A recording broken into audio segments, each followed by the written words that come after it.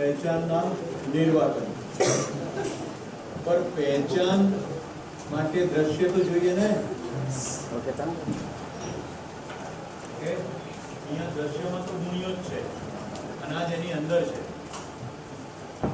માનના પહેચાનના નિર્વાચન માનવીય સંસર્ગ અંતર્ગત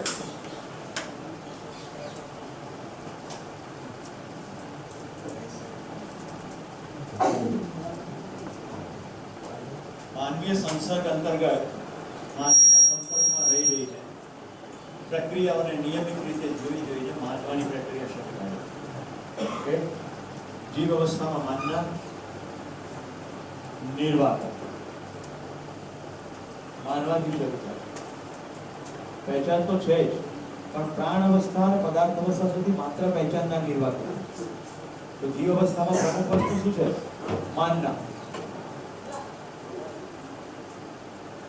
માનવીય સંસર્ગ જોઈએ આપણે માનવીય સંસર્ગમાં કેવી રીતે શીખાય.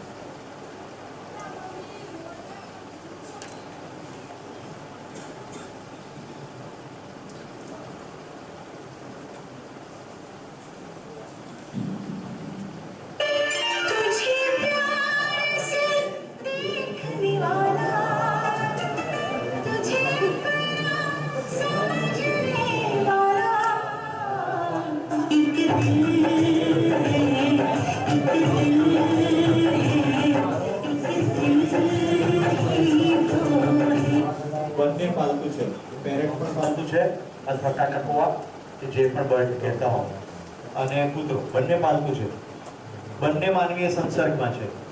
આમ તો સામાન્ય રીતે કૂતરો કબૂતરને કે આવા પક્ષીને મારીને ખાઈ જાય, પણ એવું અહીંયા થઈ નથી રહ્યું.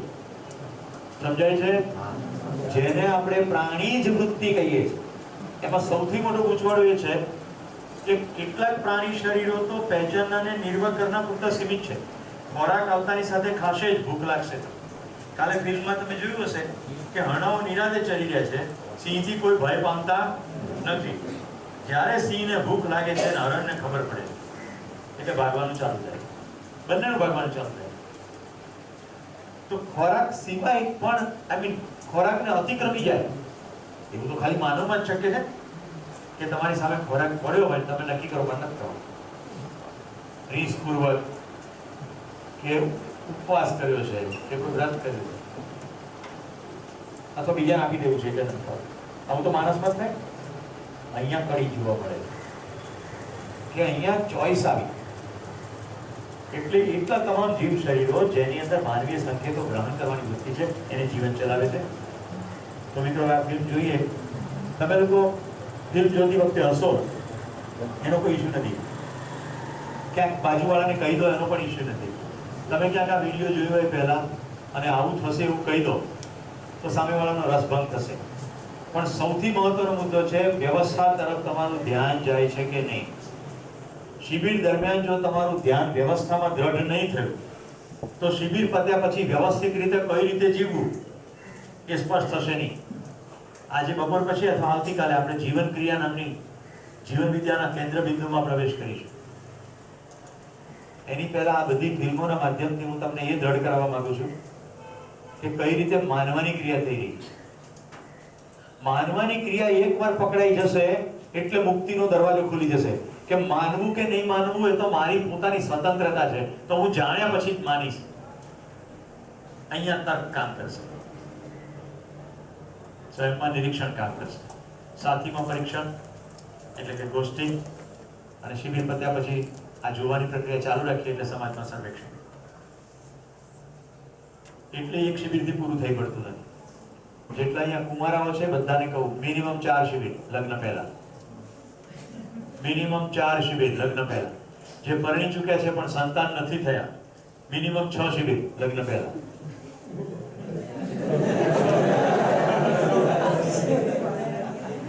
હા, કારણ કે બે શરીરના સંસર્ગથી બચ્ચું તો થઈ જાય છે, એનાથી માતા પિતા થઈ જવાતું નથી. પુરુષ અને સ્ત્રીના સંપર્કથી બાળક તો આવી જશે, એને ઉછેરતા આવડે છે.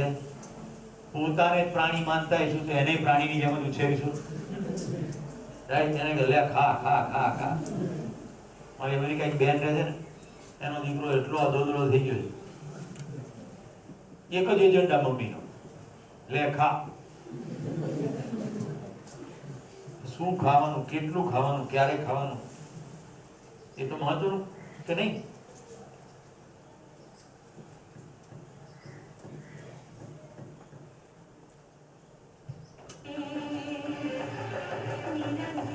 તમે જોઈ શકો છો કે કૂતરો જ્યાં પહોંચી ના શકે અથવા એને ત્યાં ઝંપલાવવું ના જોઈએ કારણ કે માલિકની આજ્ઞા નથી, તો આ પક્ષી એવી રીતે ખવડાવે છે, પેલો ખાય છે પણ એવી રીતે કે એનું મોઢું ના ખવાઈ જાય, રાઈટ? બહુ નિશ્ચિતતાપૂર્વક ખવડાવવાની પ્રક્રિયા ચાલે છે, એમનો રેન્ડમ નથી ચાલી રહ્યું.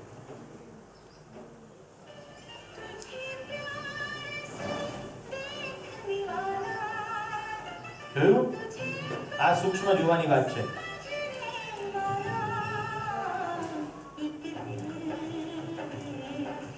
કુશળતાનું પ્રદર્શન થઈ રહ્યું છે કે નહીં?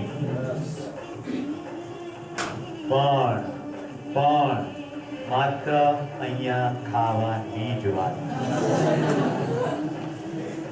ઓકે, જીવ અવસ્થામાં આહાર નિદ્રા ભય મૈથુન એનાથી વિશેષ નથી. હવે જો આપણે સામાન્ય રીતે કાગડાની પ્રત્યે તુચ્છકારથી જોઈએ છે.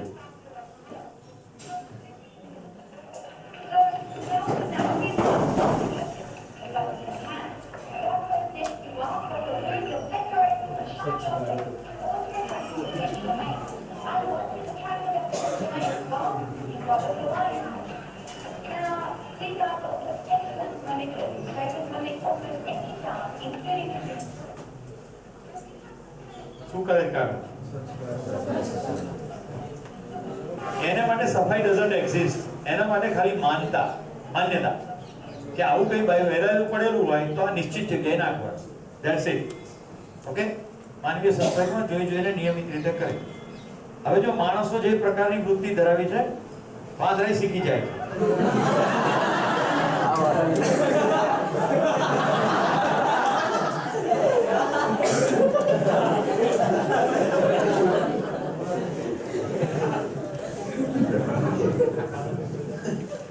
એક ઉદાહરણ થયું હોય તેમ થાય કે ટ્રેનિંગ આપી હશે. જો બીજો કૂતરો ને બીજું બર્ડ છે,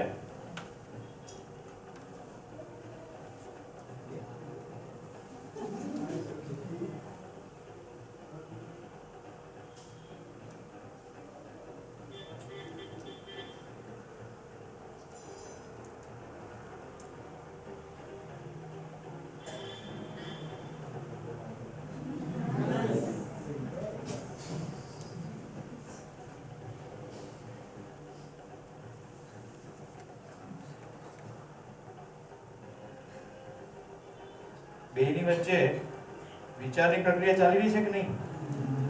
પણ સંવાદ નથી. સંવાદ એટલે સંપૂર્ણતાના અર્થમાં વાત. એને સંપૂર્ણતાનો ખ્યાલ નથી. માણસને સંપૂર્ણતાનો ખ્યાલ છે કે મેદાને મેગી ના ખવાય, અંદર જઈને ઊંચો થઈ જાય રોજ મેગી ખાવ.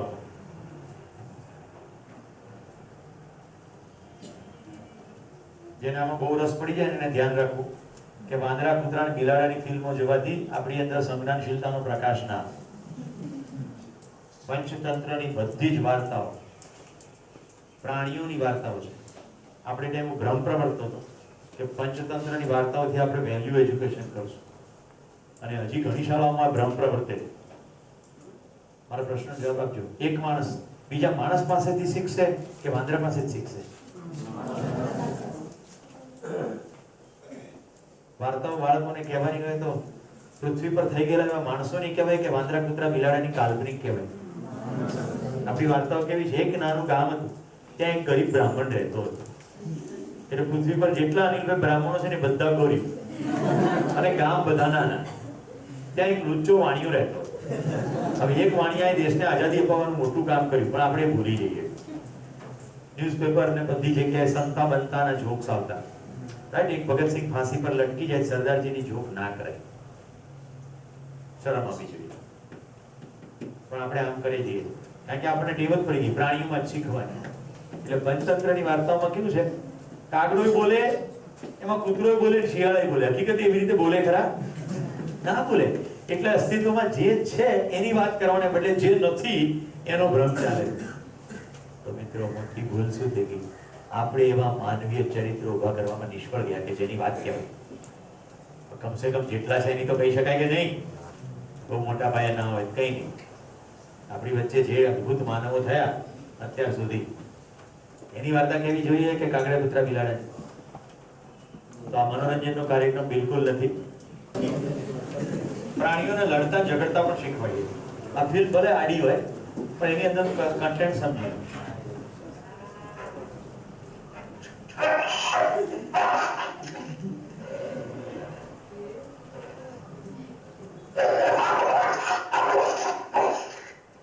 કૂતરોય પાળેલો છે અને કુકડોય પાળેલો.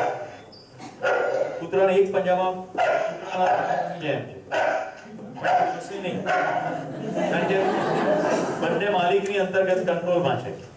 એટલે વાંદરા કૂતરાથી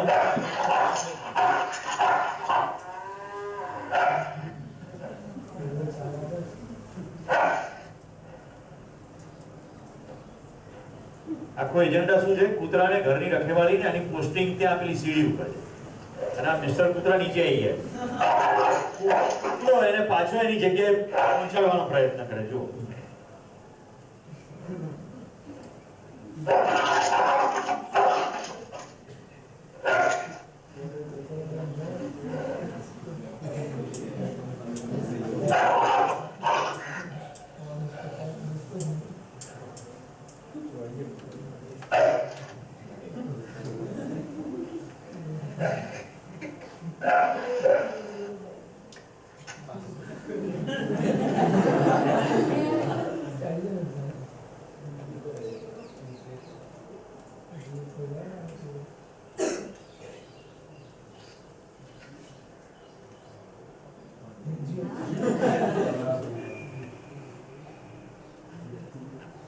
ચડાઈ દીધો.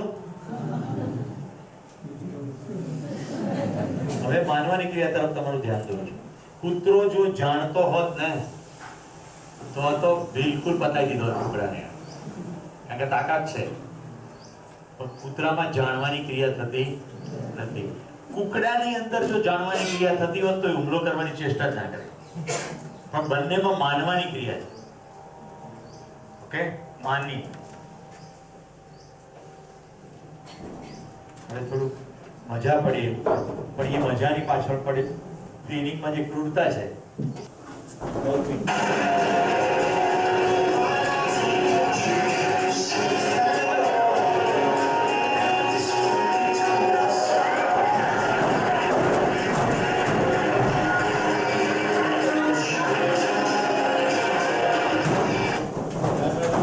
अच्छा लगना अच्छा होना नहीं है.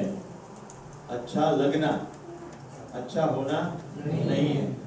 तीव्र ઇલેક્ટ્રિકના કરંટ આપીને ડોલ્ફિનને વારંવાર ભય પમાડીને બધું શીખવવામાં આવે છે.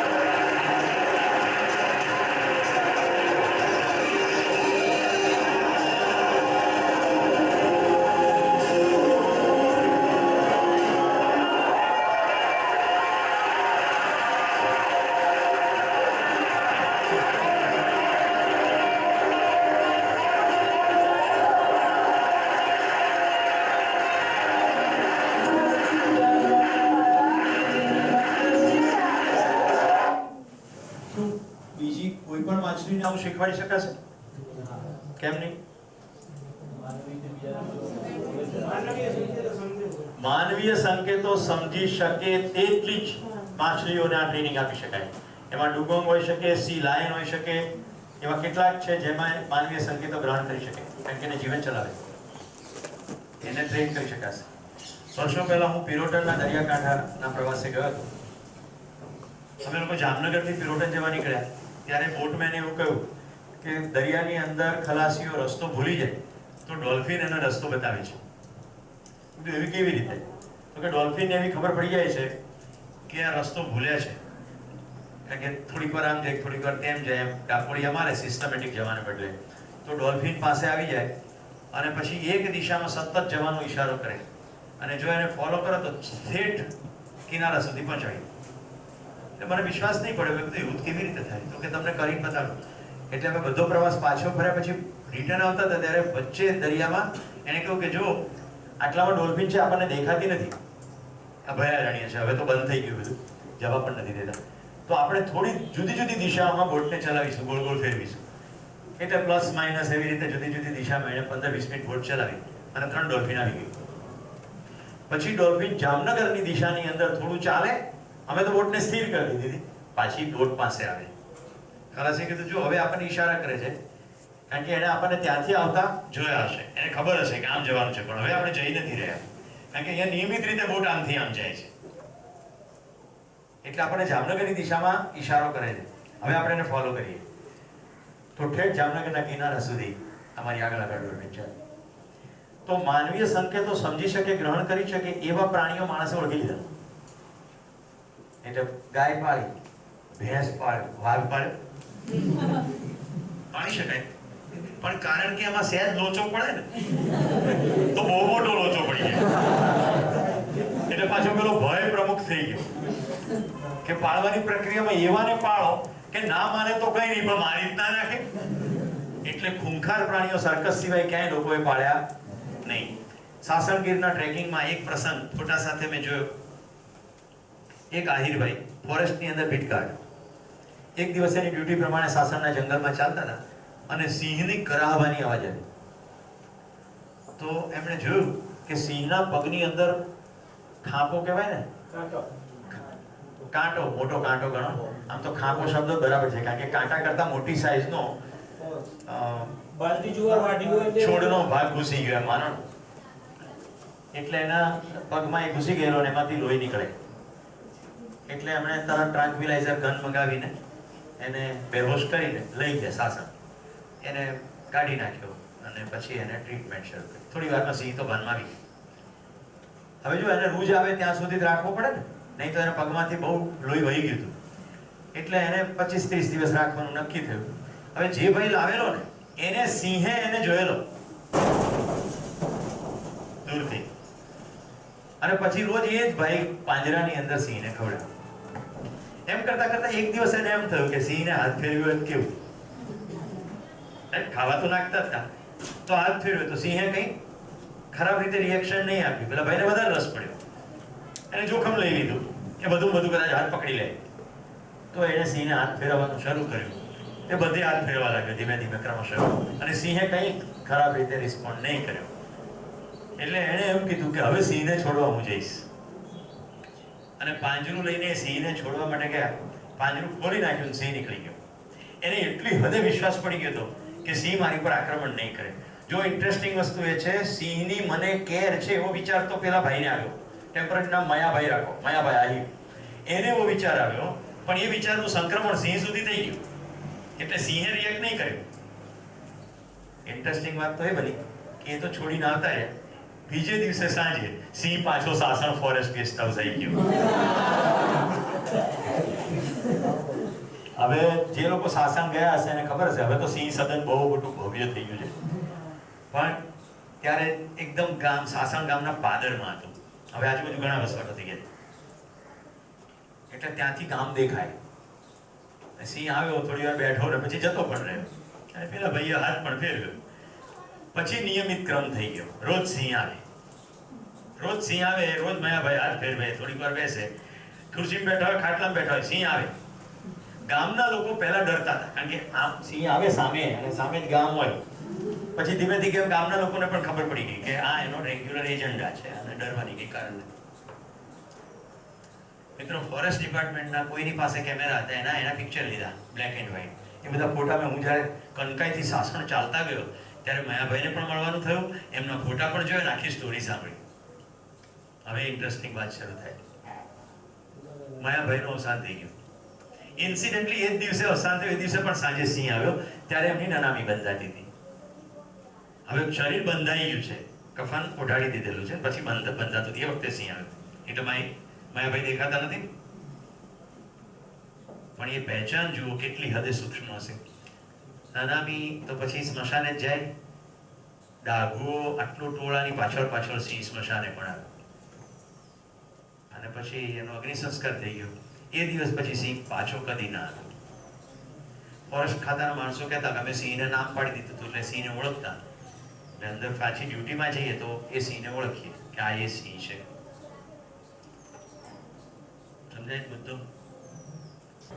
માનવીય ભાષા તો ડોલ્ફિન સમજી શકે નહીં. માનવ એમ કે ઉપર જઈને વર્ટિકલ ગુલાંટ માર કે હોરિઝોન્ટલ ગુલાંટ માર, એવું ના સમજી શકે, તો કઈ રીતે મેસેજ પહોંચી જાય છે? વિચાર તો છે જ, વિચાર, ઈશારાઓ, પણ સાથે સાથે મેસેજ તો એ જ છે. દાખલા તરીકે હું ડોલ્ફિનનો ટ્રેનર હોઉં અને એને આમ ગોળ ફરાકડી કરાવવી હોય તો મારે આમ કરી બતાવવું પડે, અને એને એ કેવું પડે તું આવું કર તો જ ખાવા આપીશ, આવું નહીં કરે તો કરંટ મળશે. આ બધું કેવું પડે ને, બધું ઈશારાથી થાય. પણ એ સમજી જાય, એને સમજવું ના કહેવાય, માનવું કહેવાય. આટલો ડિફરન્સ. માનના, આમ કરીશ તો આમ થશે, આમ કરીશ તો આમ થશે. એટલે એક વાર થાય, બે વાર થાય, 25 વાર થાય, 50 વાર થાય, એક તબક્કે એવો આવે કે માનવા માંડે આપણે એવું થાય છે. સૂર્યોદય થાય, સૂર્યાસ્ત થાય, સૂર્યોદય થાય, સૂર્યાસ્ત થાય. આવું અસંખ્ય વાર એક માણસે ઘોષણા કરી, સૂર્ય પૃથ્વીની આજુબાજુ ફરે છે. એટલે બીજા બધા લોકોએ તાળીઓ પાડી, વાહ, શાબાશ. તો મિસ્ટર ગેલેલિયો આવ્યો કે ભાઈ એવું નથી, સૂર્ય પૃથ્વીની આજુબાજુ નહીં ફરતો, પૃથ્વી સૂર્યની આજુબાજુ ફરતો, કે મૃત્યુદંડ આપો. કારણ કે આપણે જે જાણીએ છીએ, આપણે જે જાણીએ છીએ એનાથી વિરુદ્ધ બોલે. ગેલેલિયો ડાયો હતો કે મરી ના જવાય, આ તો ગાંડિયાઓ છે, સૂર્ય તો જેમ ફરતો હશે એમ જ ફરશે, પણ આમને મારી નાખશે. એટલે કે સોરી બોસ, તમે બરોબર. અને એને પોતાનું જે કામ કરવાનું હતું ચાલુ રહ્યું. જેટલા પાછળ મારી નાખે છે બધા જ એ બધાએ જાણવાની ચેષ્ટા કરી, અને પોતે જે જાણ્યું એ બોલ્યા, અને પછી નિર્ભય થઈને બોલ્યા. કારણ કે બીજી કોઈ રીતે જીવી શકાય એવું હતું જ નહીં. જાણવું એટલે જીવવું. એટલે જીસસે ફાંસીએ ચડાવી દીધા, પણ એને જે સત્ય લાગ્યું તો એ જ કહ્યું. સોક્રેટિસને ઝેર પીવડાવી દીધું, એને જે સત્ય લાગ્યું એ જ કીધું. એકવાર ખબર પડી ગઈ, જાણવા કે એમાં આવી ગયું, પછી બીજી કોઈ રીતે આચરણ થઈ શકશે નહીં. તો ચલો આચરણની વાત કરીએ. પદાર્થ અવસ્થાનું આચરણ નિશ્ચિત, પ્રાણ અવસ્થાનું આચરણ નિશ્ચિત, જીવ અવસ્થાનું આચરણ નિશ્ચિત, માનવનું આચરણ. તો પદાર્થનું આચરણ કેવી રીતે નિશ્ચિત થાય છે? માત્રાથી નિશ્ચિત થાય છે. મધ્યમાં અંશની સંખ્યા કેટલી અને પરિવેશમાં અંશની સંખ્યા કેટલી. જે સેજ સંખ્યા વધઘટ કરો એટલે કોલસામાંથી ડાયમંડ. ખબર છે ને બધાને? ઇલેક્ટ્રોનની ગણતરીઓ બધી આવે છે. બહારની કક્ષામાં આટલા, અંદરની કક્ષામાં આટલા. માત્રા વિધિથી પદાર્થ અવસ્થાનું આચરણ નિશ્ચિત. તો પ્રાણ અવસ્થાનું આચરણ કેવી રીતે નિશ્ચિત? બીજ વિધિથી નિશ્ચિત. લીંબોળી વાવો એટલે લીમડો થાય, એની ઉપર લીંબોળી આવે, ફરી પાછી લીંબોળી વાવો એટલે લીમડો થાય. બીજની અંદર જ બધો નકશો પડેલો છે કે આ કેટલું થશે. ભાદરવાનો ભીંડો કેટલો ઊંચો થાય? વડ જેટલો થાય. આમ ધંધર વધે ખરો, પણ વડ જેટલો ઊંચો થાય નહીં. વડનું ઝાડ ધીમે ધીમે વધે, પણ એની નિશ્ચિત ઊંચાઈએ પહોંચી જાય. લીમડામાં લીંબોળી જ આવે, એમાં કેરી આવે નહીં. આવો એક શિબિર ચાલતો હતો, તમે વળી કેરીની વાત કરી કે રાજાપુરી વાવે તો રાજાપુરી જ આવે. એક ભાઈ તરત ઉત્સાહમાં કરી દઈએ, એવું નથી સાહેબ. શું છે? અમારે ત્યાં રાજાપુરીમાં આફૂસ આવે. ના આવે, ગ્રાફ્ટિંગ કર્યું હોય તો જ આવે. જે નકશો નક્કી થયો છે તે જ આવે. એ લોકો શું કરે? મારા સાળી ઘરે છે એક ઝાડ, જેની અંદર 4 કે 5 પ્રકારની કેરીઓ આવે. મૂળ જે ઝાડ હોય ને એની ઉપર એક બીજાનું કલમ કરે અને ગ્રાફ્ટિંગ કે. હવે એની અંદર નકશો ફિક્સ છે, એટલે એક્ઝેક્ટ એવી રીતે જ વર્તશે. તો બીજ વિધિથી પ્રાણ અવસ્થાનું આચરણ નિશ્ચિત. તો જીવ અવસ્થાનું આચરણ કઈ વિધિથી નિશ્ચિત? તો કે વંશ વિધિથી નિશ્ચિત. જે વંશમાં હોય એ વંશ પ્રમાણે વર્તે. જેમ કે જૂની અંદરનો સિંહનું બચ્ચું મોટું થઈને જંગલમાં જાય તો કૂતરા એને ફાડી શકે, કારણ કે એને શિકાર કરતા આવડે નહીં. રોજ ડોલમાંથી માંસ ખાધું હોય એટલે એને શિકાર કરતા ના આવડે. પણ જંગલમાં સિંહનું બચ્ચું શિકાર કરતા એના માતા પિતા પાસેથી શીખી જાય. વંશ વિધિથી આચરણ નિશ્ચિત. તો કોઈ પણ પ્રજાતિ જાતિના પ્રાણીઓ એના માતા પિતા પાસેથી માનવાને આધારે તમામ પ્રકારના કૌશલ્યો શીખી જાય. હું તિબેટના રસ્તે નેપાળથી મેં પ્રવેશ કર્યો અને કૈલાસ માનસરોવરની યાત્રાએ ગયો. હું આશ્ચર્યચકિત થઈ ગયો. જ્યાં જ્યાં પાણીની જગ્યાઓ હતી ત્યાં જેમ ગાય અને ભેંસ પાણી પીવે એમ ત્યાંના માણસો બિલકુલ સીધું મોઢું બોળીને પાણી પીવે. કોઈ પાત્રમાં લઈને પાણી પીવાનો કન્સેપ્ટ જ નહીં. એટલું ઓછું હોય તેમ જ્યારે જ્યારે લોકોને આરામ કરવાનો આવે ત્યારે પ્રાણીઓ કેવી રીતે આડા પડીને આરામ કરે, એક્ઝેક્ટ એવી રીતે આરામ કરે. આફ્રિકાની કેટલી પ્રજાતિઓમાં હાથનું ઓશીકું લઈને એટલે આમ આ ટેકવેલું હોય અને શરીર આમ થઈ જાય, આવી રીતે આરામ, આવી રીતે ઊંઘી જાય. હવે કલ્પના કરો આવી જ રીતે આખી રાત ઊંઘે. જોયું તું કાલે? વંશ વિધિથી આચરણ જીવ અવસ્થામાં નિશ્ચિત. હવે આ તો મેં માનવની વાત કરી, તો કેમ જીવ ચેતના, માનવાની ક્રિયા.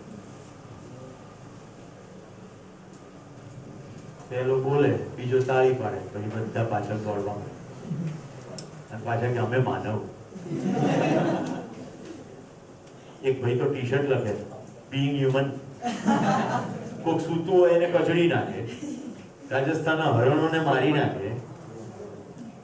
બીઈંગ હ્યુમન, એની પછી ફેન ક્લબ ચાલે. સમજાય છે કેવી રીતે પશુ પ્રવૃત્તિ થાય? અને એવું એનાથી વિરુદ્ધમાં સહેજ બોલ્યા હોય ત્યાં તો લોકોને એકદમ અંતરાત્મા પકડી ઉઠે.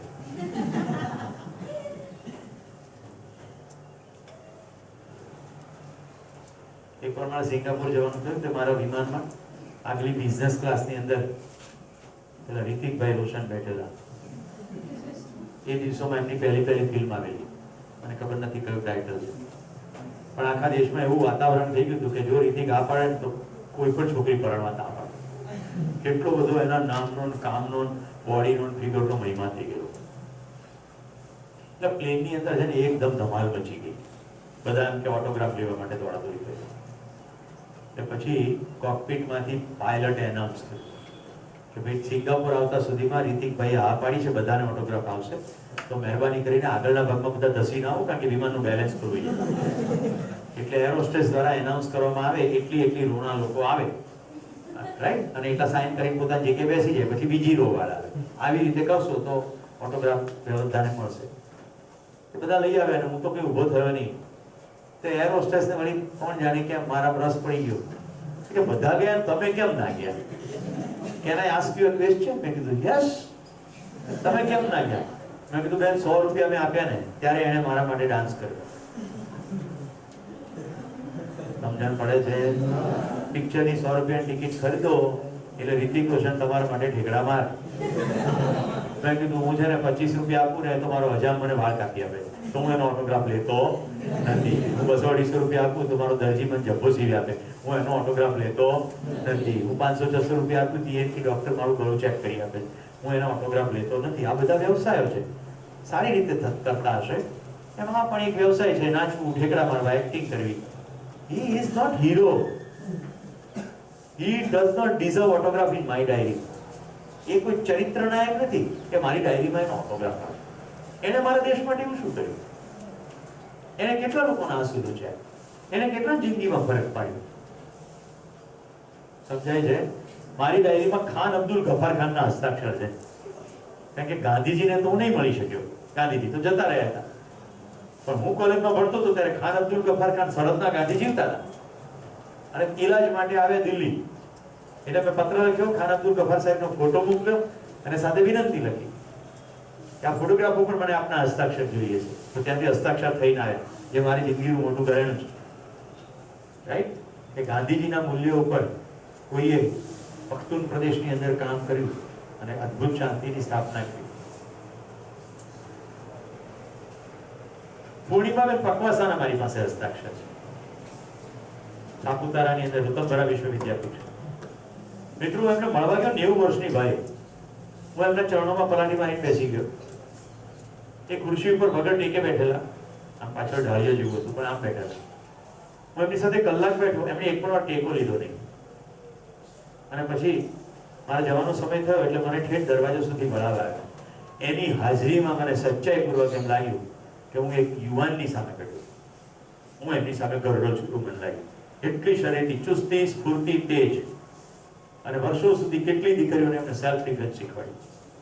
ગાંધીજીના સમયમાં કોઈએ કમ્પ્લેન કરેલી પૂર્ણિમાબેન માટે, એ તો કટાર રાખે છે, તમારું નામ લે છે, ખાદીની સાડી પહેરે છે, ગાંધીજીનું નામ લે છે, તમે અહિંસાની વાતો કરો છો, બેન તો કટાર રાખે છે. ગાંધીજી બધી તપાસ કરાવી લીધી, પછી પૂર્ણિમાબેનને બોલાવ્યા પેલા ભાઈની હાજરીમાં, ફરિયાદ કરવાવાળા હતા ને એની ભાઈની હાજરીમાં. પછી બધા જુએ એમ ગાંધીજી એને કટાર આપી, લે બેટા આ કટાર રાખ અને આખી જિંદગી દીકરીઓને સેલ્ફ ડિફેન્સ શીખવજે. પૂર્ણિમાબેને 50 થી વધુ વર્ષ દીકરીઓને સેલ્ફ ડિફેન્સ શીખવાડી. મને ગૌરવ છે મારી દીકરી પૂર્ણિમાબેનની ઉપસ્થિતિમાં સેલ્ફ ડિફેન્સ શીખવા ત્યાં ગઈ. રતનપરા વિશ્વવિદ્યાપીઠ સાપતા. ગાંધીજીની અહિંસા, માયકાંતલી અહિંસા નહોતી, કારણ કે એવા વગડાની અંદર રાણી પશુઓ, પેલા ડાકુઓ, એની વચ્ચે બેને કામ ઉપાડ્યું.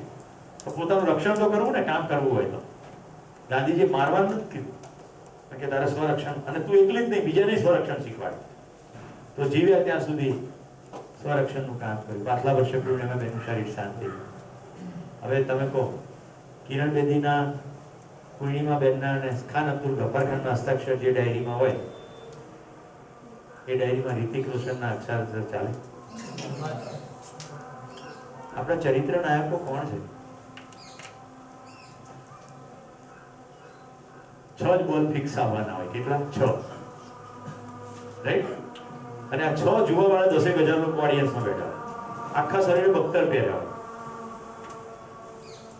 આવા બોલને રમવા માટે 1.5 કરોડ જેટલો પગાર લે, 14-15 કરોડ રૂપિયા એડવર્ટાઇઝમેન્ટમાંથી આવતા હોય, અને રાજ્યસભામાં એક કોઈ દિવસ હાજર નહીં રહેવાનું.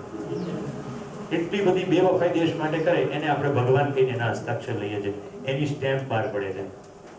પ્રજા તરીકે આપણે કેવા છીએ ખ્યાલ આવે છે? હું તમને પશુ ચેતનાની વાત કરી રહ્યો છું.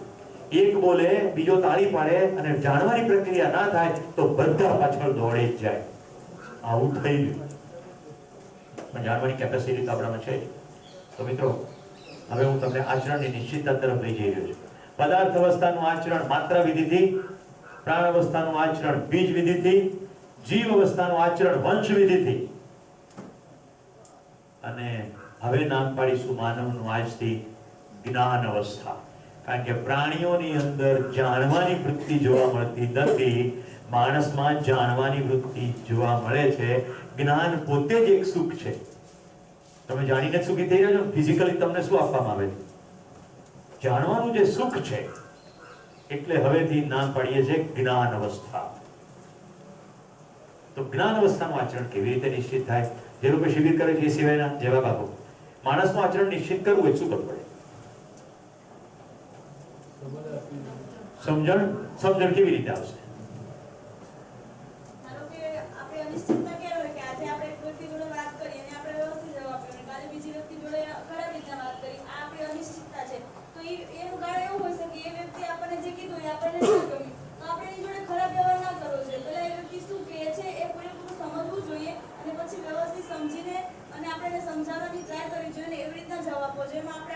એ કેવી રીતે જવાબ આપવો જોઈએ એની વાત છે.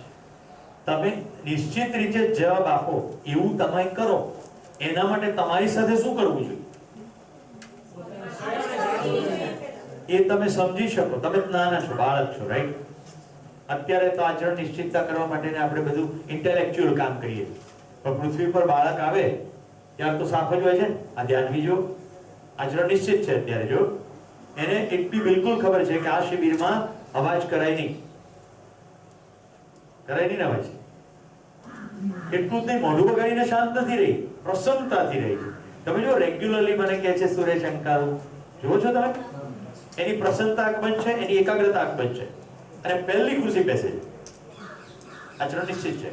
આનું આચરણ નિશ્ચિત રહે એના માટે શું કરવું પડે? બેસી વિચાર. જાત પરીક્ષણ તો મોટું થઈને કરશે. જો મેં 3 વસ્તુ કહી, પદાર્થનું માત્રા વિધિથી, પ્રાણ અવસ્થાનું બીજ વિધિથી, બીજ પહેલેથી છે, જીવ અવસ્થાનું વંશ વિધિથી આચરણ નિશ્ચિત છે. આપણે જીવ અવસ્થાનું શરીર ધરાવીએ છીએ પણ જીવ અવસ્થા છીએ નહીં. જો ચાવી મેં તમને આપી દીધી, પ્રાણીઓનું આચરણ વંશ વિધિથી નિશ્ચિત છે, તો માણસનું આચરણ નિશ્ચિત કરવા શું કરવું પડે? પ્રેગ્નન્સીમાં ટ્રીટમેન્ટ લીધી, શું ટ્રીટમેન્ટ આપશો? એ બધી વાતો કરશો ને એ સાંભળશે. એક પછી શું? સંસ્કાર. શાબાશ બેટા, ઊભી થઈ જાય. પહેલા તાળીઓથી આપણે વધાવી લઈએ. ખૂબ સુંદર. સંસ્કારની વ્યાખ્યા કરું છું.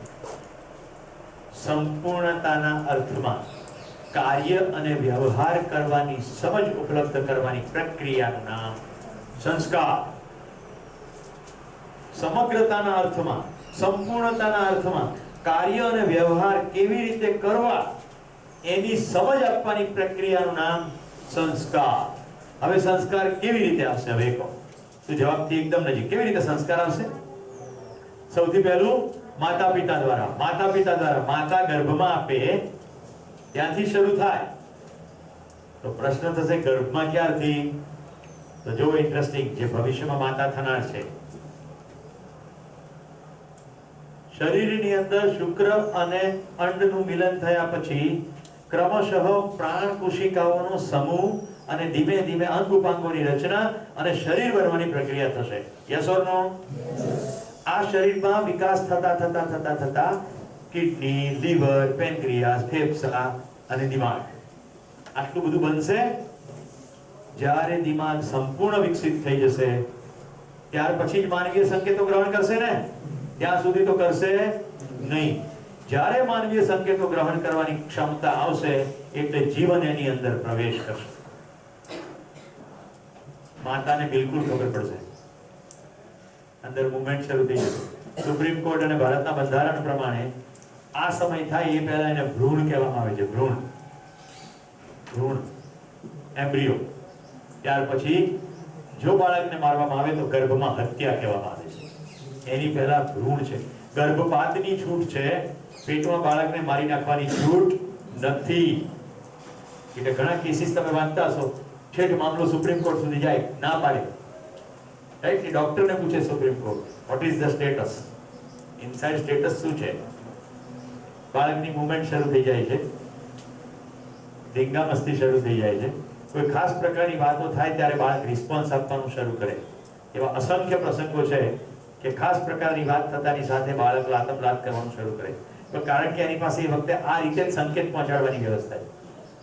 ત્યાંથી અવાજ બહાર નીકળી શકે એમ નથી. ભાષા બેવની કોમન નથી.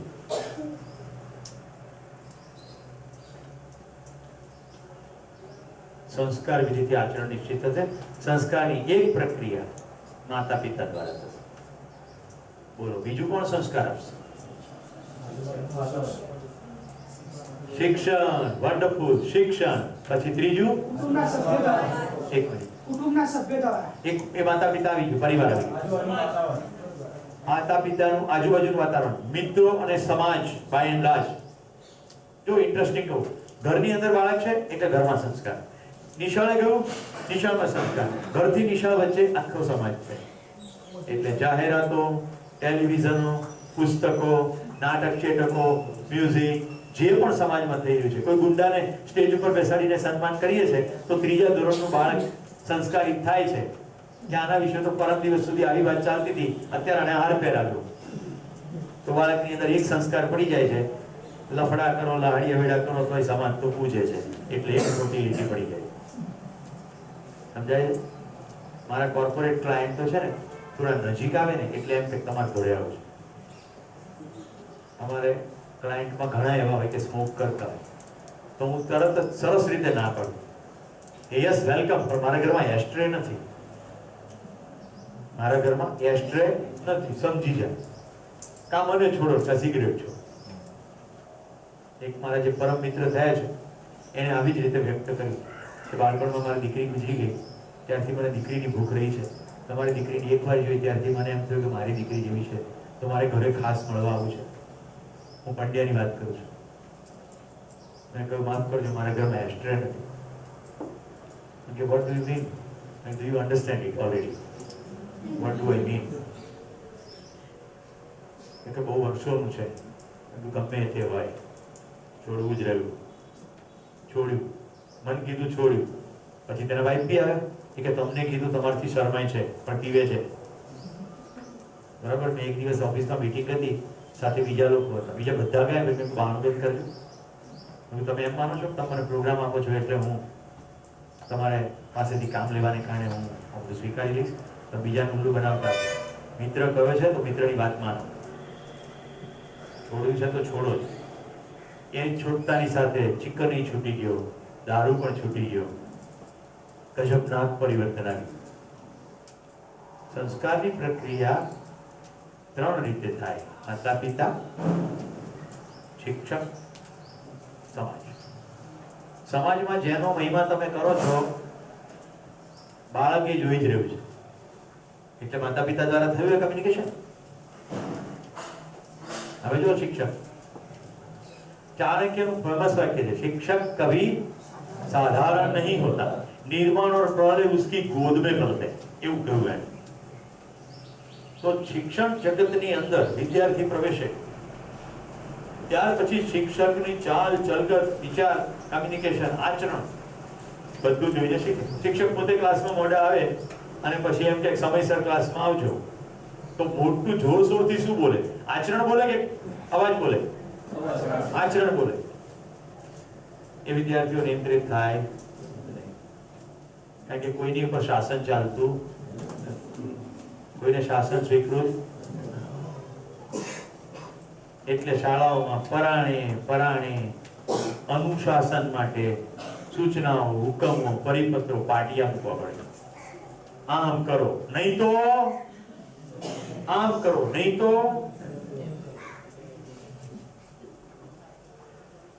આપને જાણીને અત્યંત આનંદ થશે. આ સર્વનેતૃત્વનો મેં પ્રોગ્રામ કરીએ ને, શિક્ષક તો હું જોઉં છું, ક્યારેક બીજા મહેમાન નેતાઓને બોલાવી, એવા નેતાઓ જેને સમાજ માટે કંઈ ઘસાયા હોય અને સદાયથી જીવતા હોય એવા લોકો બોલાવી. સંસ્થાના વડીલો કે એવું તે ક્લાસમાં શું થાય છે? કોલેજના કેમ્પસમાં તો છોકરો છોકરી વચ્ચે વિજાતીય આકર્ષણ બીજું કંઈ હોતું જ નથી. અમારા ક્લાસમાં બહેનોને એના ભાઈ મળી જાય, ભાઈને એની બહેન મળી જાય, સુતળીથી રક્ષાબંધન થઈ જાય. આ કિંજલ ને એનો ભાઈ બેઠો, કિંજલ હોસ્ટેલમાં રહે છે, કિશન અમદાવાદ રહે છે. બંને આ તો વોલેન્ટિયર તરીકે આવેલો અને કિંજલ વિદ્યાર્થીની હતી. કિંજલ કે મારો ભાઈ છે. એક બીજો ભાઈ છે પ્રણવ. પ્રણવ મને મેસેજ કરીને કહે કે મારી બેનને એટલી પડી છે કે હું આ વ્યવસાય કરું કે આ નોકરી કરું કે નહીં કરું. રાઈટ? કે તમે જ્યારે વર્ક કરાવ ચલાવવા જાઓ ત્યારે મારી બેનને થોડી આટલી સલાહ આપજો કે ભણવામાં આટલું ધ્યાન રાખજો. નથી જ્ઞાતિ એક, નથી શહેર એક, નથી અભ્યાસક્રમ એક, लॉजिक ક્યાંય નથી. जीवन जीवन को पहचानता है.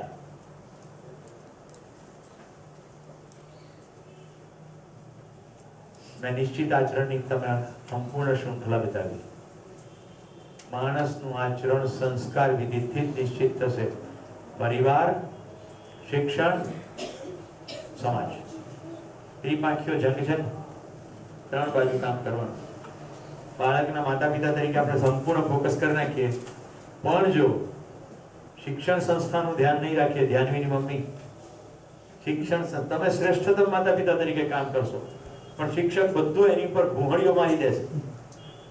વર્ષો પહેલાની વાત છે, મારી દીકરીના 29 વર્ષ થયા.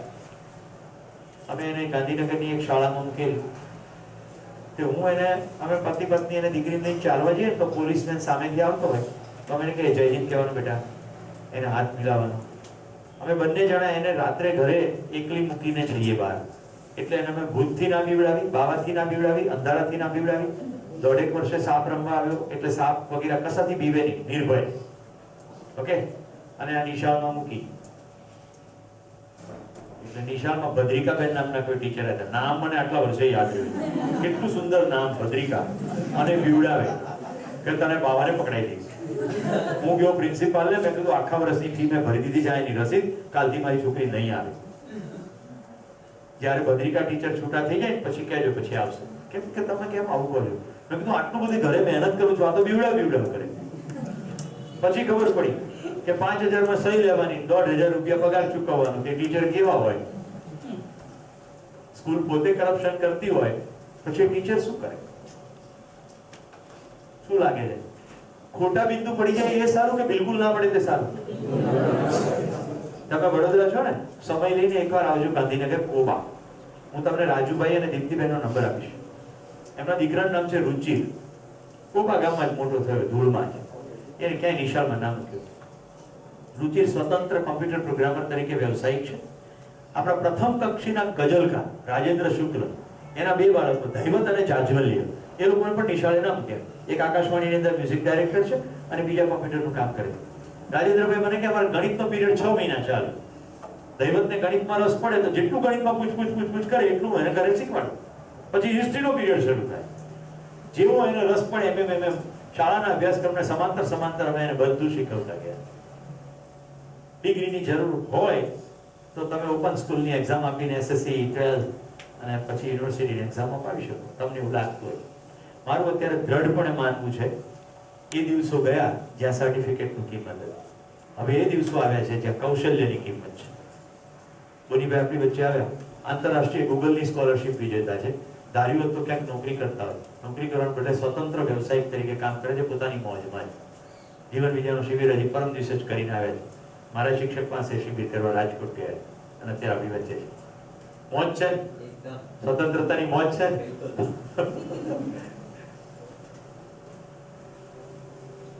સંસ્કાર.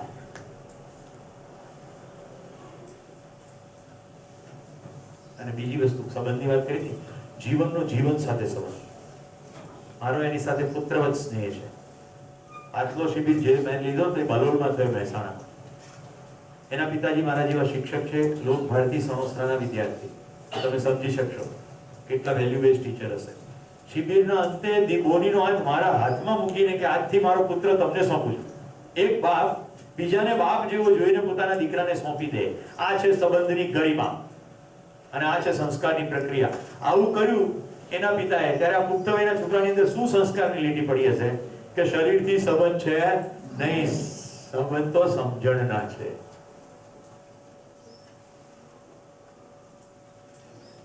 સમજાણું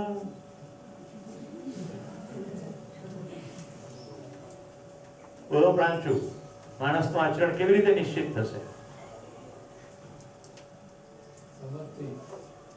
4 શબ્દોમાંથી 3 શબ્દો બોલું છું, ચોથો તમારે બોલવાનો.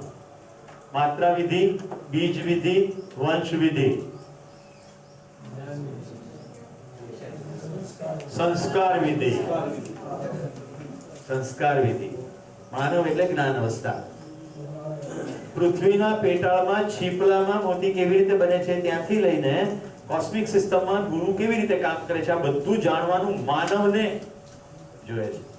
જોઈએ કે નહીં? સતત જાણવાની ભૂખ છે. ખાલી લોચો એટલો જ થઈ ગયો, ઓબ્જેક્ટિવ અધ્યયન બહારનું ખૂબ થયું, પણ મારા વિશે મારે જાણવું જોઈએ એ કચાશ રહી ગઈ. અને એ જેણે પ્રયત્ન કર્યો આપણે એને ધર્મના ટાઇટલ હેઠળ મૂકી દીધું અને પાછો એક નવો વાળો ઉભો કરી નાખ્યો. એટલે હિન્દુઇઝમની અંદર કંઈક શ્રેષ્ઠ મળ્યું એ તો મારે ના લેવાય, એટલે મેં બંધ કરી દીધી આંખો, કારણ કે હું તો ઇસ્લામમાં છું. અને હું ઇસ્લામમાં છું તો પછી બીજા બધા દરવાજા બંધ. હું હિન્દુમાં છું તો પછી બધા દરવાજા બંધ. એટલે દુનિયામાં શ્રેષ્ઠતમ માનવ આવે. પૈગંબર સાહેબ તો બધા માટે આવે. આપણે ઠેકો લઈ લીધો, હું મુસલમાન, પૈગંબર તો અમારે. કુરાન મારે વાંચવાનું, એટલે બીજા કોઈના ઘરમાં કુરાન હોય નહીં. કહેવાતા હિન્દુઓના ઘરમાં રામાયણ નથી હોતા, મહાભારત નથી હોતા, ભગવદ ગીતા નથી હોતા, હેરી પોટરની 4 વોલ્યુમ પડ્યા હોય. એમને હનુમાન ચાલીસા નથી ખબર. હું એમ નથી કહેતો કે હનુમાનજી કોઈ દેવની પૂજા કરો. હું એમ કહું છું આપણે ત્યાં ફેન્ટસીથી ભરપૂર વાર્તાઓ છે.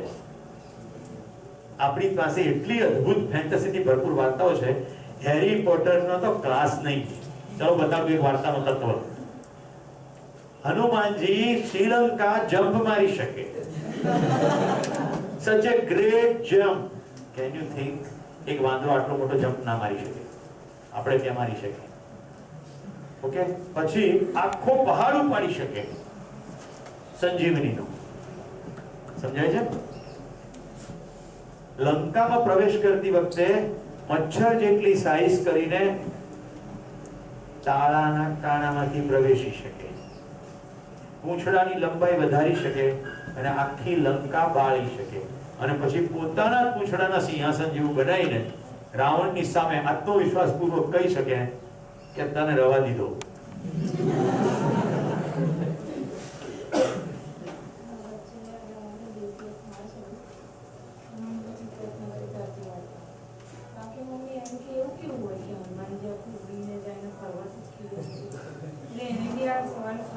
થાય જ, બિલકુલ થાય, પણ આપણે બંધ કરી દઈએ છીએ. નાના બાળકો ખૂબ ક્વેશ્ચન્સ પૂછે જ જાય. અને મારી દીકરીની બાલ્યાવસ્થા યાદ આવે, આમ કે એક પ્રશ્ન પૂછું, કારણ કે ક્યાંક મને ક્લાસમાં ઓપરેટ કરતો જોયો હોય એટલે લીટી પડી ગઈ, એક પ્રશ્ન પૂછું, અથવા મારી એક પ્રશ્ન છે, અત્યારે મોટી થઈ ગઈ પણ પરિવારને કોઈ ભેગા થાય કે સ્નેહા નાની હતી ત્યારે એવું કીધી મારી એક પ્રશ્ન છે. પ્રશ્ન પૂછે જ. આપણે મા બાપ તરીકે તૈયાર નથી હોતા એટલે આપણી પાસે જવાબ નથી હોતો.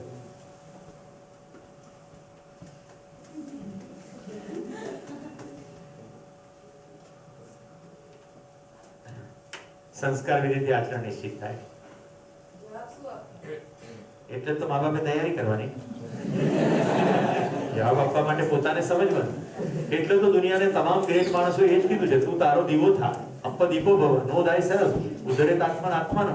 દુનિયામાં આવેલા શ્રેષ્ઠતમ માણસોએ એવું જરાય કીધું નથી હું કહું એમ કર, એને એમ જ કીધું તું તારી અંદર જો. જવાબ આ જ છે અમલા, પોતાની અંદર જોવું. જોઈએ તો જવાબ ઉપલબ્ધ છે, જોવાનો સમય જ ક્યાં છે? સતત ને સતત બહાર એટલી ચકાચોંધ રોશની છે. ચલો ઇજિપ્ત લઈ જાઓ, બસરા નામનું શહેર છે, રાવિયાજી ત્યાં એક લેમ્પ પોસ્ટની નીચે ધૂળની અંદર કશુંક શોધી રહ્યા છે. રાબિયાજી બહુ મોટા પ્રખ્યાત સંત છે. હું ત્યાં પહોંચ્યો, મેં કીધું રાબિયાજી શું શોધો છો? તો કે મારી સોય ખોવાઈ ગઈ. તો હું એની સાથે લાગી ગયો. એવામાં તું નીકળી, તારે પણ રાબિયાજી માટે આદર છે, તું પણ લાગી ગઈ. આ કિશન નીકળ્યો, એ પણ લાગી ગયો. થોડીક વારમાં તો આંખમાં સભા લાગી ગઈ. ત્યાં મને પ્રશ્ન થયો કે ક્યારના 2 કલાકથી મળતી છે, સોય મળતી નથી. રાબિયાજી મને કોઈ એક્ઝેક્ટ ક્યાં ખોવાણી? તો કે ખોવાણી તો મને ઝૂંપડામાં. તો પછી અહીંયા કેમ શોધો છો? અહીં અજવાળું છે. તમે હસો છો પણ બતાડો મને તમારો આનંદ સિનેમાના થિયેટરમાં ખોવાયો હતો, સિરિયલમાં ખોવાયો હતો, મીઠાઈમાં ખોવાયો હતો? જ્યાં ખોવાયો છે ત્યાં મળશે ને. શોધીએ તો આપણે આપણી ખુશી, સુખ, મજા બહાર શોધીએ છે. જ્યાં ખોવાયો નથી ક્યાંથી મળશે? કારણ કે અજવાળું છે, ચકાચોંધ રોશની છે, ફટાકડા છે, રાઈટ, અવાજ છે, મ્યુઝિક છે, ડાન્સ છે, ડ્રામા છે. સતત આપણી દોટ સુખની છે, પણ જ્યાં નથી ત્યાં જ શોધ્યા કરીએ. રાત દિવસનો રસ્તો વાલમ, નહીતર ખૂટે કેમ? તમે કરજો પ્રેમની વાતો, અમે કરીશું પ્રેમ. તમને ધુમ્મસ ઝાકળ વાલા, અમને ઉજળી રાત. અમે તમારા ચરણ ચૂમશું થઈને પારિજાત. પારિજાતના ફૂલ જાતે ખરી પડે ને ખેરવવા ના પડે.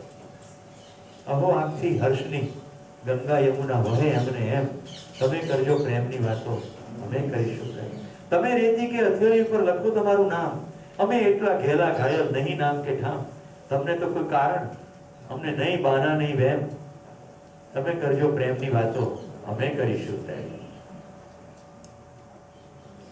ભાવ પકડાય છે?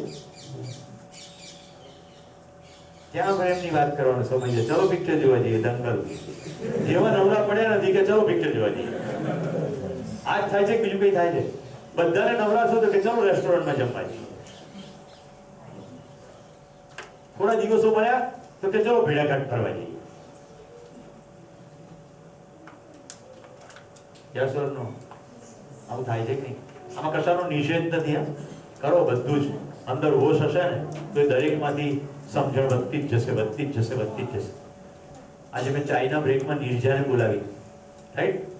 નિર્જા, મેં તારું ધ્યાન ખેંચ્યું, બધા ઝાડની ટોચે પોપટ બેઠા હતા, રાઈટ? મેં તને શેર કર્યું ને કે તડકો ખાવા બેઠા છે. પોપટ 60 વર્ષ જીવે છે.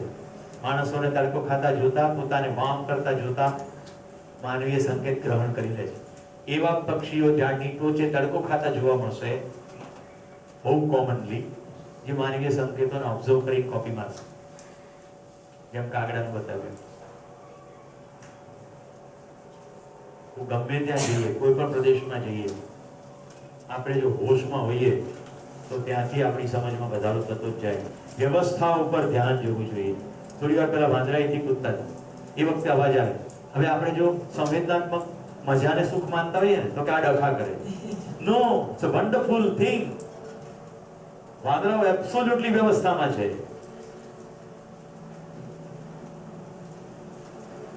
એની ખોરાક માટેની મૂવમેન્ટ છે. એમના ઘરો આપણે છીનવી લીધા, ત્યાં આપણા ઘરો બનાવ્યા, અને પછી આપણા ઘર પાસેથી પસાર થાય તો આપણને પ્રોબ્લેમ થાય. ખરેખર એને ફરિયાદ કરવી જોઈએ, એને અસ્તિત્વમાં ફરિયાદ કરવી જોઈએ કે આ લોકોને સમાપ્ત કરી નાખો.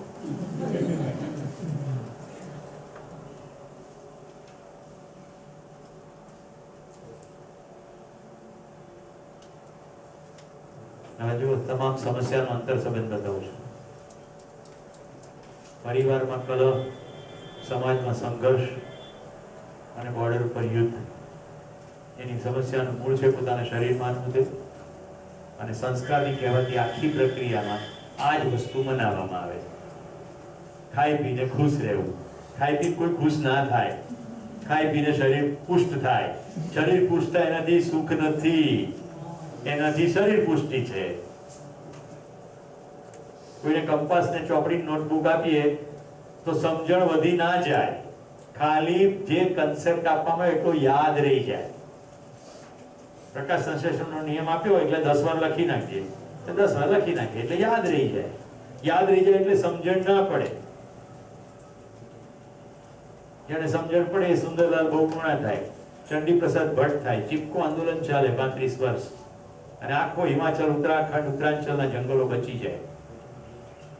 જેને સમજણ પડી જાય એ નેલ્સન મંડેલા થાય, આંગ સુ કી થાય.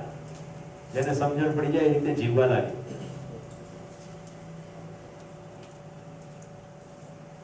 એટલે જીવન વિદ્યામાં ફોકસ પ્રચારનું નથી, વ્યવહારનું. તમને શિબિરની અંદર સંસ્કારિતામાં એક સ્ટેપ આગળ વધશો અને તમને જો એમ થશે કે મારી આચરણની નિશ્ચિતતા સૌથી પહેલી જરૂરિયાત છે, તમામ માનવો સાથેનું મારું આચરણ મારા નિર્ણયમાંથી આવવું જોઈએ. એક કાજલ કહેતી હતી કે કોઈ ખરાબ રીતે વર્તે અને કોઈ સારી રીતે વર્તે, પણ મારે એની સાથે કઈ રીતે વર્તન કરવું એનો નિર્ણય હું કરીશ કે પેલાનો એક્શન છે એ કરશે. તો અહીંયા બહાર આવો, એને સંસ્કારની વાત કરી. શું નામ તારું? શું નામ? હેમી. કઈ કોલેજમાંથી આવે? પાલનપુર. જરા હાથ આપજે. હું ધક્કો મારીશ, પડી નહીં જતી. આને કહેવાય એક્શનની સામે રિએક્શન. ઓકે, તો સમાજ તમારી સામે આવું કરશે. ફરી આવી જા, હું તને ફરી ધક્કો મારીશ, પણ તારી પાસે બીજો વિકલ્પ હોય એમ તારે કરવા. પહેલા પોઝિશન તો લઈ લે. ધક્કો તો તે મારી જોઈ લીધું, હવે બીજું શું થઈ શકે? આ તો તું મારી નહીં, વધારે ધક્કો. બીજું એવું થઈ શકે એટલો ધક્કો મારવાનો કે હું ધક્કો મારવા જેવો રહું જ નહીં, હું સમાપ્ત થઈ જાઉં. એક થાય આ, બીજું શું થાય? તમે મારો, પણ મારે ધક્કો મારવો નથી. એ ભગવાન તો એમને માફ કરજે, એમને ખબર નથી પડતી એ લોકો શું કરી રહ્યા છે. Jesus Christ on cross. એની ફરીવાર બીજું શું થઈ શકે? ના, પડવા નહીં દેવું, પડવાનું નથી ને, એ તો કીધું. તું આવી જા, તું બેસી જા, ધવલે આવી જા.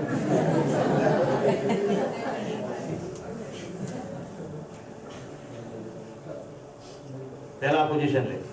હા બોલો, હું તો ધક્કો જ મારું.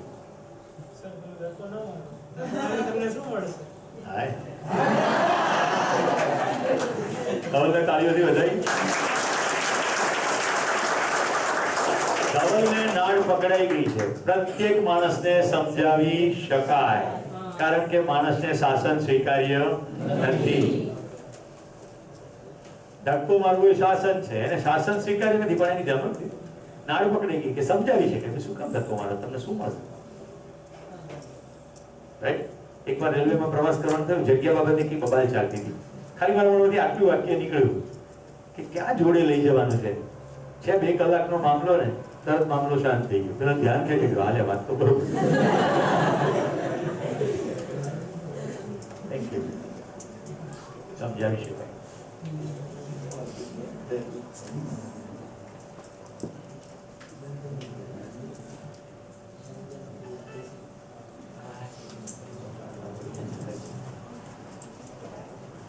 હવે હું તમને એવી ફિલ્મ બતાવું છું જેનાથી તમને સંસ્કાર વિધિથી શક્ય છે એની ખબર પડે.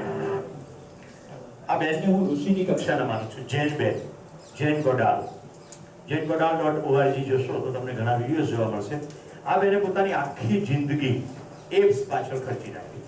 એપ્સ એટલે મંકી, ચિમ્પાન્જી, ગોરિલાસ, ઓરાંગુટાન. આ બધા વાંદરા નથી, બધા જુદા જુદા છે. જેમ ઘોડો ને ગધેડો લગભગ દેખાવમાં સરખા છે પણ બે સેમ નથી, એના જેવું. ઘણા લોકો ગાયમાં ડિસ્ટિંગ્વિશ નથી કરી શકતા. કાંકરેજ ગાય અને ગીરની ગાયના બિલકુલ ચહેરા અલગ છે, બધા એક જ હરખી લાગે, એવું નથી. હવે જૈન બેને શું કર્યું? એમણે આ બધા જ એપ્સ નો ખૂબ ઊંડો અભ્યાસ કર્યો. એના માટે એપ્સની સાથે રહ્યા, જંગલમાં રહ્યા, જૂની અંદરના એપની સાથે પણ રહ્યા. પોતાના ઇન્સ્ટિટ્યૂટમાં ઇન્જર્ડ એપ્સને લઈ આવે. એપ એટલે એપી, જેની અંદર આ બધા આવે. ટૂંકમાં કહીએ તો વાંદરા છે, વાંદરા નથી. એને લઈ આવે, એની સાથે ખાય પીવે, અને સંપૂર્ણ અભ્યાસના અંતે એમણે જે અદ્ભુત વસ્તુ આપી છે. હવે જો આ એક ઇન્જર્ડ વાંદરાને આવી રીતે લઈ આવવામાં આવ્યો અને પછી તૈયાર થયા પછી એને જંગલમાં છોડવાની આ ફિલ્મ છે. તમે જુઓ જાતે જ કે સંસ્કારની પ્રક્રિયા માનવમાં કેવી રીતે શક્ય બની શકે એમ છે.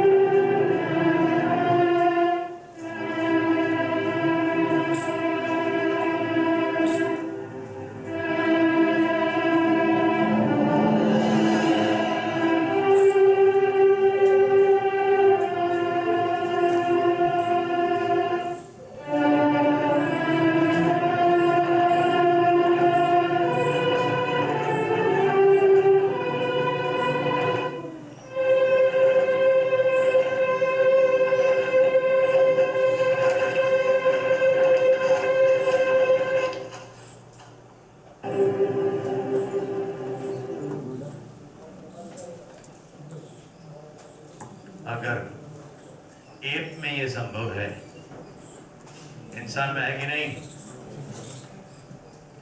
ज्योत से ज्योत जगाते चलो, गाओ, ज्योत से ज्योत जगाते चलो, प्रेम की गंगा बहाते चलो, प्रेम की गंगा बहाते चलो, राह में आए जो दीन दुखी, सबको गले से लगाते चलो, प्रेम की गंगा बहाते चलो. આપણે પ્રેમને એટલો બધો નાનો સાંકડો કરી નાખ્યો છે કે આઈ લવ યુ કહેવામાં તો આપણે આપણી ઉંમરની વિજાતીય પાત્રની જરૂર પડે છે. બીજા કોઈને આઈ લવ યુ કહી શકાતું નથી.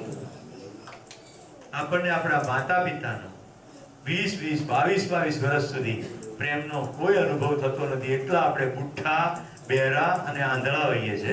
અને પછી એકદમ જ કોલેજમાં જતાની સાથે જ તરત જ એકદમ પ્રેમનો ફુવારો ફૂટી નીકળે છે. અંદર સમજણનું ઝાડ વિકસિત થઈ જાય છે અને એને ફળો બેસે છે, ગુલાબના ફૂલો પણ બેસે છે અને એકદમ આઈ લવ યુ થઈ જાય છે. મારી દીકરી કોલેજના ફર્સ્ટ યરમાં કે પપ્પા મને આને કેડબરી ચોકલેટ આપી. બહુ સરસ, એકનું નહીં ખાવાનું, એકલા ખાય દાંત બગડે, થોડી અડધી ઘરે બી લાવવાની. મને બી એટલી જ ભાવે છે. અને મેં કીધું થોડા પૈસા પાસે રાખ. છોકરાને એવો વહેમ ના થવો જોઈએ કે એ તને ચોકલેટ આપીને પટાઈ શકશે. એને નાનો બાર આપ્યો ને તો થોડા વધુ પૈસા ખર્ચીને મોટો બાર લઈને એને કાલ આપજે.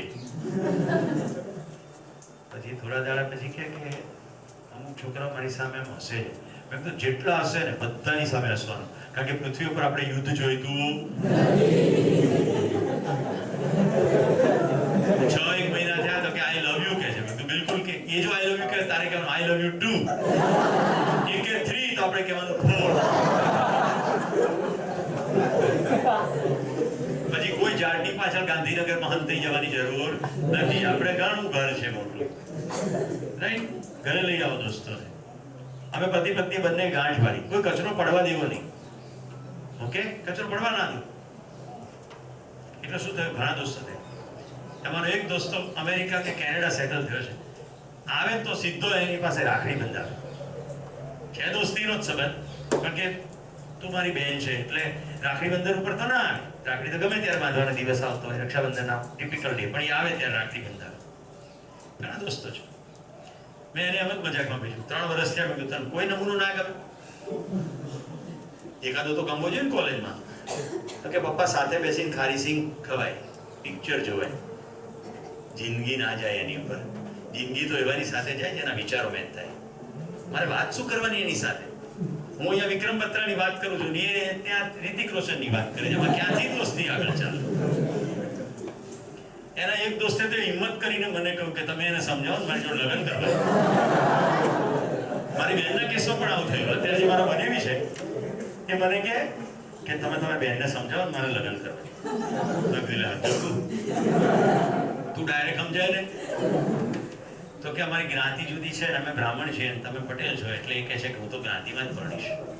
મારી બેન એવી માન્યતામાં ચાલતી હતી. પછી થયું એવું કે અમે જ્ઞાતિની અંદર એનું કોઈક જગ્યાએ વિશાળ કર્યું, પણ થોડા દિવસોના પરિચય પછી ખબર પડી બધી સચ્ચાઈ ને બંનેનું મેચિંગ નહીં થયું. એટલે મેં એનું વિશાળ તોડી નાખ્યો. પણ પેલો છોકરો તો હજી રાહ જોતો જ હતો, એટલે એને ફરી પ્રસ્તાવ મૂક્યો. મારી બેને 6 મહિના જેટલો સમય લીધો ફરી પાછું મન બનાવતા, અને પછી એને પાણીને અત્યારે ખાધે પીધે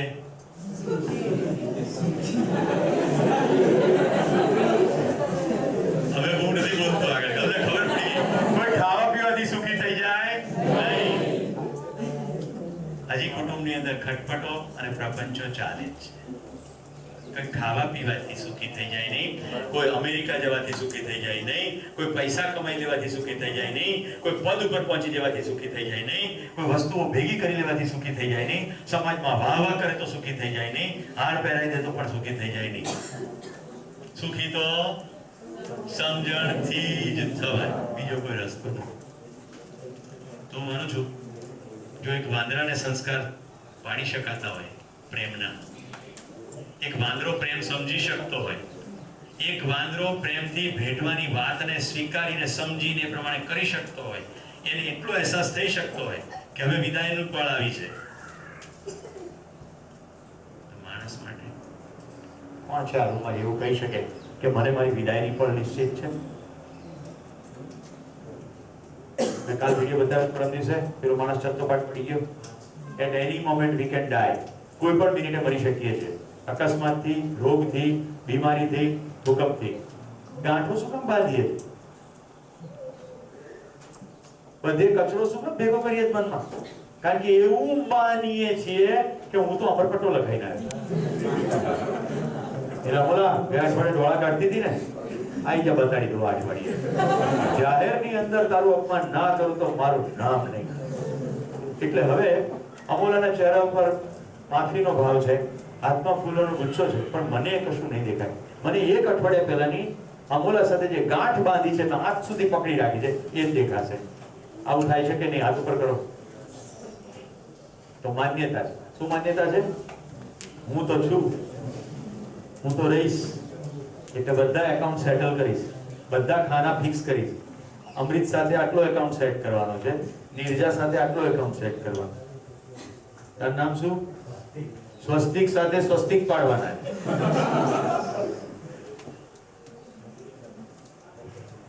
મને કહેજો મિત્રો, ગાંઠ બાંધી રાખીએ કોઈના પણ વિશે તો સામેવાળાને નુકસાન થાય કે આપણને નુકસાન થાય?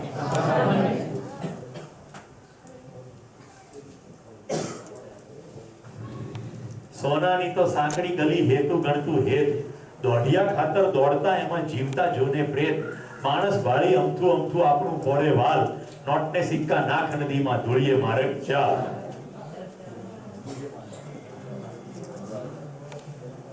કોણે કીધું ગરીબ છીએ, કોણે કીધું રાખ? ઉપરવાળી બેંક બેઠી છે, આપણે માલા માલ.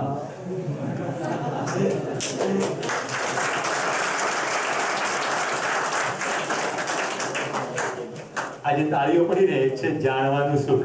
ખબર પડી ગઈ અસ્તિત્વમાં બધું મબલક છે. મબલકનો ખ્યાલ આવી ગયો ને? ડાળીએ ડાળીએ પોપટ બેઠા નથી. પોપટને જોઈએ એનાથી ખૂબ મોટી માત્રામાં ડાળીઓ અને વૃક્ષો ઉપલબ્ધ છે. વૃક્ષોને જેટલી જોઈએ એનાથી ખૂબ મોટી માત્રામાં પૃથ્વી ઉપલબ્ધ છે.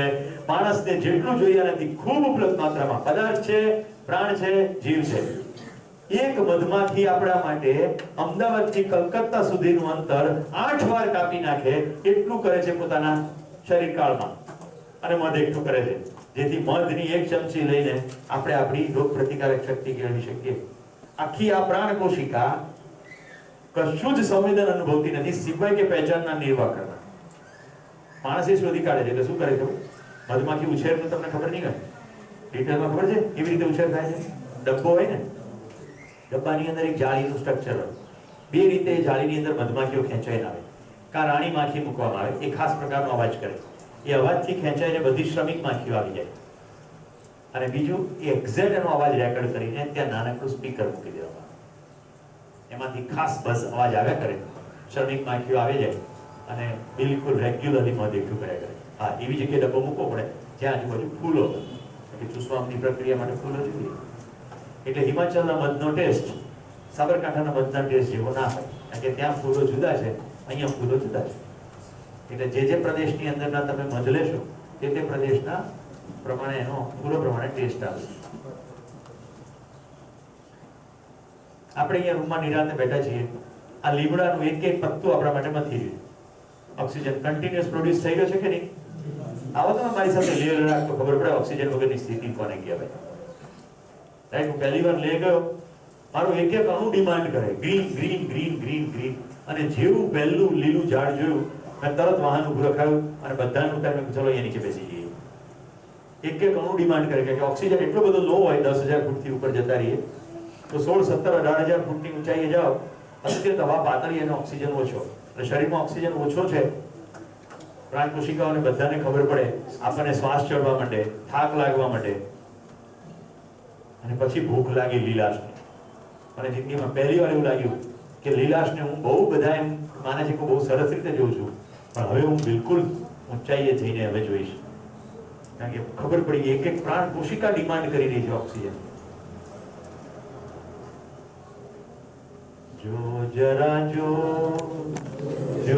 જરા જો ને પેલું ઝાડ ઊભું તેને તું જો. અસ્તિત્વમાં મબલક. ઓકે, સમૃદ્ધિનો ભાવ આવી ગયો.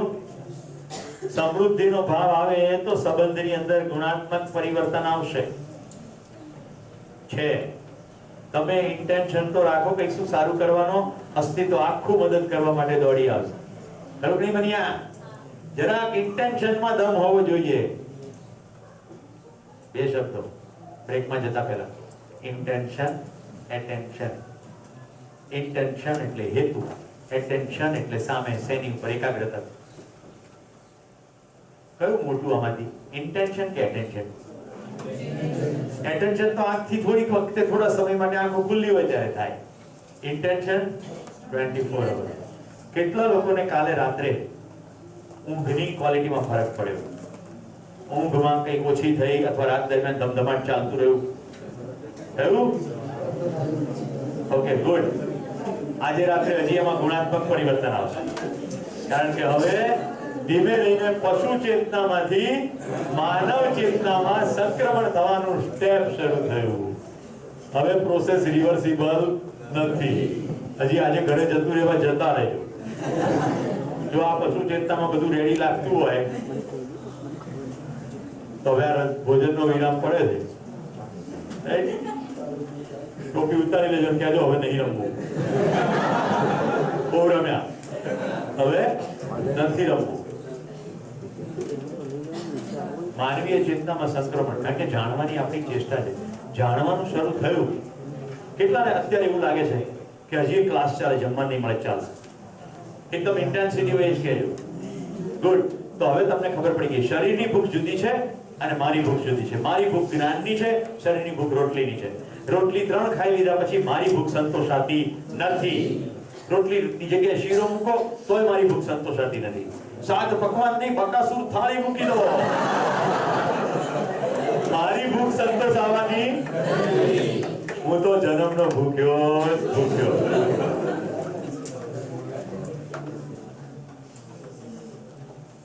એક ગીત મેં સાંભળેલું, કભી પ્યાસે કો પાની पिलाया नहीं, फिर अमृत पिलाने से क्या फायदा.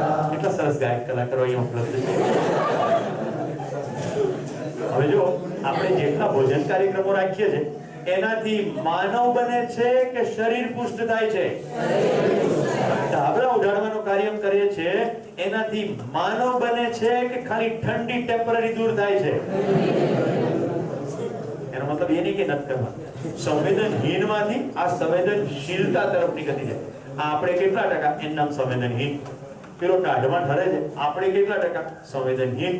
પેલો ભૂખ્યો મરે છે, આપણે કેટલા ટકા સંવેદનહીન. એને બદલે આપીએ સંવેદનશીલ. હવે જો મોટી છલાંગ, હું એવું શું કરું જેથી કોઈને ટાઢે ઠરવું ના પડે, કારણ કે હું માનવ છું અને હું આખા સમગ્ર કોસ્મિક સિસ્ટમમાં ફરક પાડી શકું એટલી કેપેસિટી ધરાવું છું. ઓકે મિત્રો, આજે બપોર પછી અથવા કાલ સવાર સુધીમાં તમને તમારી અમર્યાદ શક્તિનું દર્શન કરાવીશ. તમે કશું પણ કરવા સક્ષમ છો એની કેપેસિટી તમારામાં છે જ એવી ખબર પડી જશે. પછી એનાથી નીચે સ્વીકૃત નહીં થાય. ઇન્ટરેસ્ટિંગ. બોલો, એ અત્યારે જાણવું હોય તો જમવા જ નહીં. ચાલશે? વ્યવસ્થા.